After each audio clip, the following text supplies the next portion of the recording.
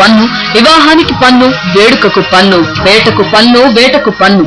రాజుల సొమ్ము రాళ్లపాలన్నట్టు ఈ రాబడిలో సగం సైన్యానికి, రాయలవారి వైభోగాలకు ఖర్చయిపోయేది.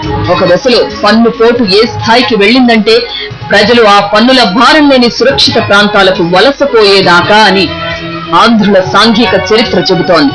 రాయలవారి రాజ్య చరిత్రలో ఇలాంటి కష్ట నష్టాలు కోకొల్లలుగా కనిపిస్తాయి.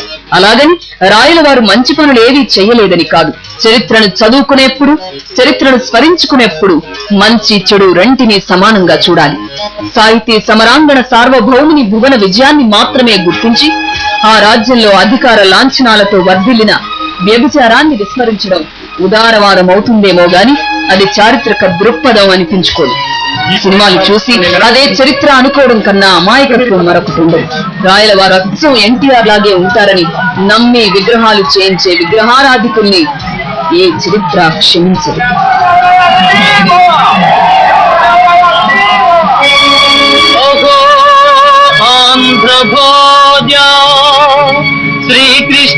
శ్రీకృష్ణదేవరాయ విజయనగర సామ్రాజ్య నిర్మాణ తేజో విరాజ,